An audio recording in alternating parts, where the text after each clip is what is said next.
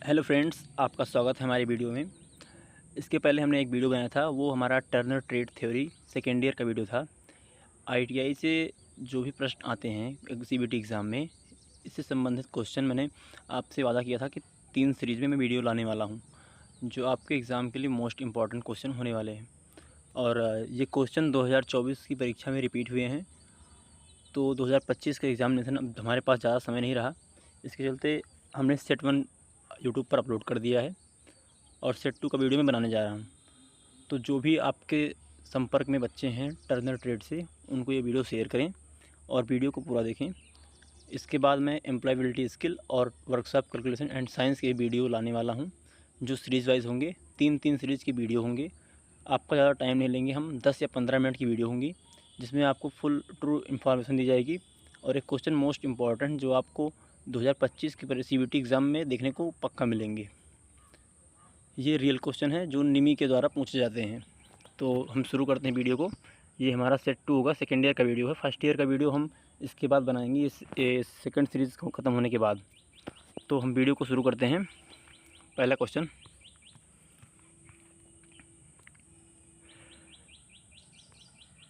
एक परिक्रमण में गुजरने वाली धातु की लंबाई की गणना करें। यदि चाप का व्यास 75 mm और काटे जाने की गति 120 mm है, तो ये फार्मूला होता है कि RPM equals to pi DN/1000। ये mm के लिए होता है। ये फार्मूला आप याद कर लें, क्योंकि इससे संबंधित आपको 3 या 4 क्वेश्चन एग्ज़ाम में देखने को मिल जाएंगे। टर्निंग टाइम और कटिंग स्पीड, RPM और टेपर टर्निंग, इससे संबंधित क्वेश्चन और इसके न्यूमेरिकल आपको मिलेंगे, और इसका आपको फार्मूला भी याद करना होगा। तो क्वेश्चन को आप सॉल्व कर लीजिएगा। इसका आंसर होगा 235.5 mm। सॉल्व करने के बाद इसका आएगा। मैं आपको वीडियो के बाद में इसको आपको पूरा फार्मूला समझा दूंगा। क्वेश्चन नंबर 2 है हमारा, 50 mm डाया की छड़ की बार है एवं 25 mm कटिंग स्पीड है। स्पिंडल का RPM ज्ञात करना है। मतलब कि RPM ज्ञात करने के लिए होता है, हमारा सूत्र होता है CS इंटू पाई DN/1000। तो कटिंग स्पीड आपकी निकल के आएगी 159 mm। RPM आएगी आपकी रिवोल्यूशन पर मिनट। यही क्वेश्चन आता है कि RPM का फुल फॉर्म क्या होगा, रिवोल्यूशन पर minute. Clamping plunger type dial test indicator के किस भाग का उपयोग किया जाता है? बैक लॉक भाग का उपयोग किया जाता है उसको लॉक करने के लिए। प्रश्न नंबर 4, जिग और फिक्सर से क्वेश्चन आपको ज़्यादा मिलेंगे। फिक्सर में आपका एक मिलिंग फिक्सर जो कि सेट 1 में हमने कराया है, वो क्वेश्चन आपको मिलेगा। और जिग के आपको कम से कम 4 क्वेश्चन मिलेंगे, जिसमें से सैंडविच जिग का आता है। सैंडविच जिग से हल्के मुलायम जाप को पकड़ते हैं। और बॉक्स जिग आएगा आपका। टेम्पलेट जिग भी आता है और ट्रूनियन जिग। 3 या 4 क्वेश्चन बनते हैं, तो आप इसको ना छोड़ें, जिग के क्वेश्चन ज़रूर पढ़ें। तो हमारा क्वेश्चन है, पतले या मुलायम वर्कपीस को पकड़ने के लिए किस प्रकार के जिग का उपयोग किया जाता है? इसका आंसर होगा स्विवेल जिग। स्विवेल जिग आप देख सकते हैं क्वेश्चन में है। टेबल जिग, पोस्ट जिग, ये सब आप जिग के क्वेश्चन आपको पढ़ने हैं, क्योंकि ये क्वेश्चन अधिकतर पूछे जाते हैं। क्वेश्चन नंबर 5, अजीब आकार के वर्कपीस को ड्रिल करने के लिए किस प्रकार का जिग का उपयोग किया जाता है? ड्रिल जुगाड़ है जो जॉब को पकड़ता है, गाइड भी करता है। और फिक्सचर जॉब को पकड़ता है और गाइड नहीं करता है। दोनों में यही डिफरेंस होता है। ये आपके वाइवा में क्वेश्चन पूछा सकता है। तो इसका आंसर होगा B, trunnion jig. Question number 6, 1000 degree Celsius के ऊपर के तापमान को सहन करने की किस औजार में सामग्री में क्षमता होती है? सीमेंटेड कार्बाइड ये टूल होता है। और आप एक क्वेश्चन और होगा फ़ारेनहाइट को डिग्री सेल्सियस में बदलने का, इसका भी फार्मूला आप पढ़ लीजिएगा। ये question workshop calculation and science में देखने को मिल सकता है। 7वां क्वेश्चन है, सिमेरिक औजार बनाने के लिए किस प्रकार की सामग्री का उपयोग किया जाता है? तो होता है एल्युमिनियम ऑक्साइड का।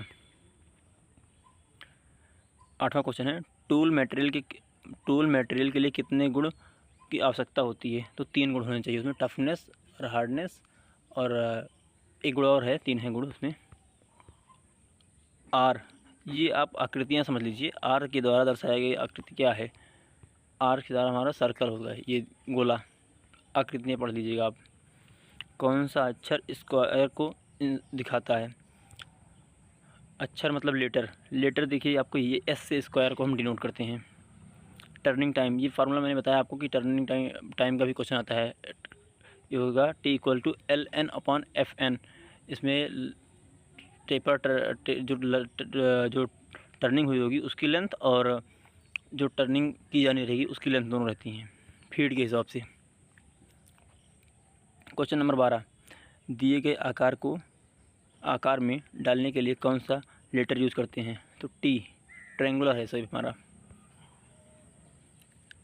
टेम्पलेट का उपयोग, टेम्पलेट हमारा गो और नो गो टाइप का चेकिंग टूल है जिसका उपयोग प्रोफाइल को चिन्हित करने की और जांच करने के लिए करते हैं। टेम्पलेट जो है ना एक प्रकार से जिग है, उसका यूज़ करते हैं किसी जॉब को पास और रिजेक्ट करने के लिए। दी गई आकृति में एक्स द्वारा चिन्हित भाग का नाम।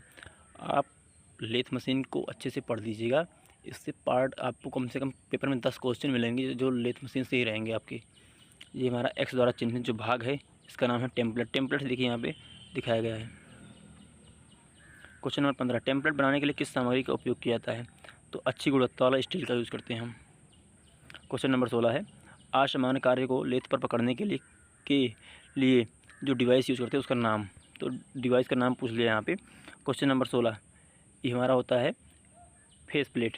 फेस प्लेट का यूज़ करते हैं, इसमें हमने मार्क नहीं किया है, ऑप्शन नंबर ए सही होगा इसका। क्वेश्चन नंबर 17 है, कोड़ीय प्लेट को फेस में कोड़ीय प्लेट की 2 फेस का कोण कितना होता है?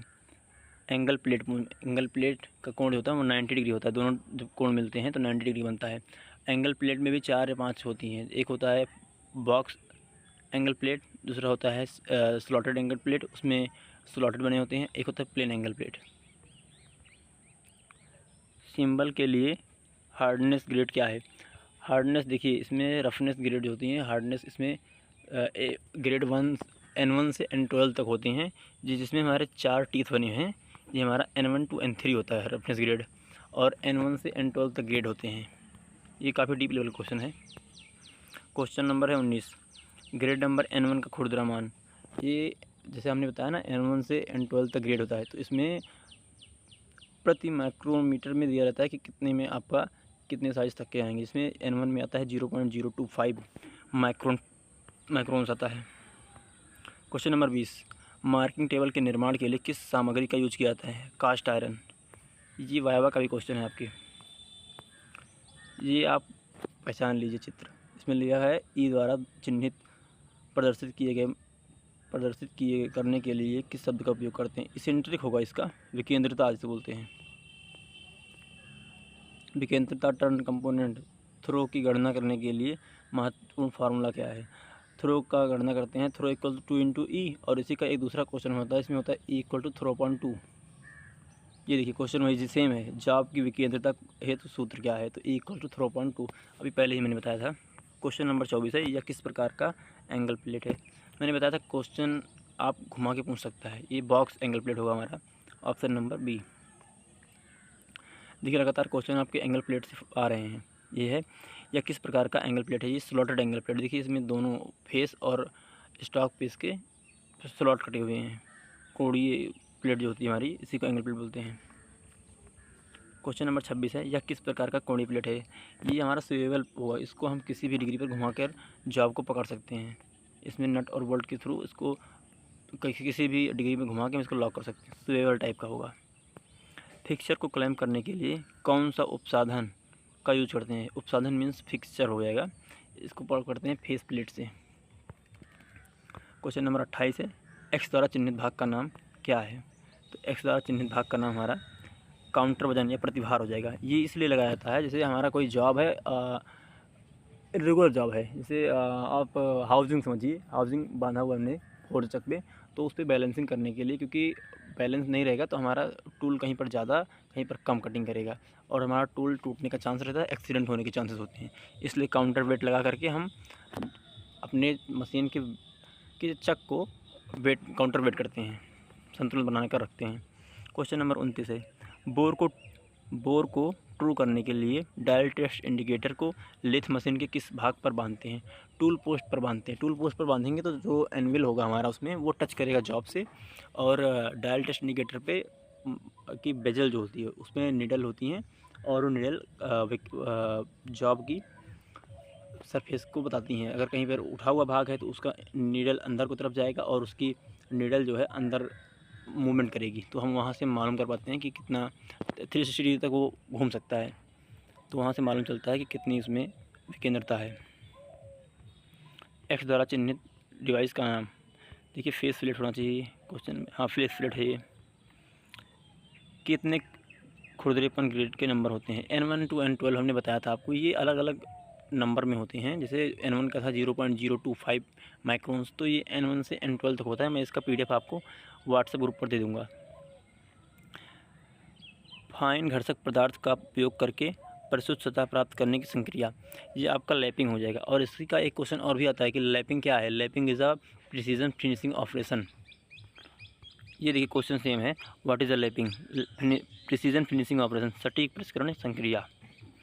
क्वेश्चन नंबर 34 है, आसान चार्जिंग और रैपिड कटिंग के लिए किस लैपिंग सामग्री का यूज किया जाता है? तो कॉपर एंड ब्रास, क्योंकि ये मुलायम होती हैं धातुएँ, ये धातु मुलायम होती है इसलिए इसका यूज़ करते हैं, आसानी से घिसती हैं। कौन सी लैप सामग्री सस्ती होती है और ख़राब हो जाए तो इसका विस्तार किया जा सकता है? शीशा है, अगर आपका ख़राब हो गया तो इसका एक्सटेंशन कर देंगे। निवारक मेंटेनेंस, प्रिवेंटिव मेंटेनेंस के भी क्वेश्चन आते हैं। इसमें होता है एक preventive, productive and breakdown. Preventive होता है कि हमारे रोज़मर्रा के जो मेंटेनेंस होते हैं, प्रिवेंटिव होता है। और प्रिवेंटिव प्रोडक्टिव होता है कि जैसे ब्रेकडाउन आने से पहले हमको मालूम चल जाए कि मशीन में हमारी ख़राबी आने वाली है, तो वो थोड़ा सा महंगा पड़ता है प्रोडक्टिव। अगर हम उसको ध्यान नहीं करते, उसको इग्नोर करते हैं, तो हमारा लास्ट में ब्रेकडाउन हो जाएगा, जिससे हमें काफ़ी नुकसान होता है। ये दिया है, what is the purpose of preventive maintenance? तो maintain machine in good working order, ताकि आपकी मशीन अच्छी से कार्य करती रहे। क्वेश्चन नंबर 37 है, मशीन को अप्रत्याशित टूटने को कैसे कम किया जा सकता है? तो मेंटेनेंस के द्वारा किया जाता है, बाय प्रिवेंटिव मेंटेनेंस किसी मशीन या किसी भी वर्कशॉप में चलाने के लिए मेंटेनेंस बहुत ही महत्वपूर्ण है। मेंटेनेंस से ही हम अपनी कॉस्ट कटिंग कर सकते हैं और टाइम को सही से यूज कर पाएंगे, ताकि हमारा टाइम वेस्ट ना हो। क्वेश्चन नंबर 38 हमारा है, मेंटेनेंस के रिकॉर्ड का फ़ायदा क्या है? मेंटेनेंस का रिकॉर्ड देखिए, यहाँ जैसे इसका आंसर होगा बार बार टूटने की निगरानी करें। निगरानी तो करें, लेकिन इसके साथ ही हमारे साथ ये होता है कि अगर हम कोई सी फॉल्ट आया उसको हम नोट डाउन करते हैं, तो रिकॉर्ड रहेगा हमारे पास कि हमें ये प्रॉब्लम फेस करनी पड़ी थी, तो हमें क्या उसका सॉल्यूशन रहा। अगर हमें इन फ्यूचर ऐसी कोई समस्या होती है तो हम रिकॉर्ड को देख करके आसानी से उस प्रॉब्लम को पकड़ सकते हैं, सॉर्ट आउट कर सकते हैं और उसको सॉल्व कर पाएंगे। तो ये हमारा क्वेश्चन नंबर 38 था। सेट 2 हमारा ख़त्म हुआ यहाँ पे, और हम सेट 3 लास्ट सेट जो होगा सेकेंड ईयर का वो लाने वाला हूँ। इसके बाद आपका एम्प्लॉयबिलिटी स्किल और वर्कशॉप कैलकुलेशन के क्वेश्चन मैं लेकर के आऊँगा। वीडियो अगर अच्छी लगी तो आप वीडियो को लाइक करना और वीडियो को दोस्तों के साथ शेयर करना ना भूलें। टर्नर ट्रेड की थ्योरी एक सेट के बाद ख़त्म हो जाएगी। इसके बाद मैं वर्कशॉप कैलकुलेशन फर्स्ट ईयर के वीडियो में लाने वाला हूँ, और साथ में आप कमेंट कीजिएगा कि वीडियो में और क्या सुधार किया जाता है। Thank you.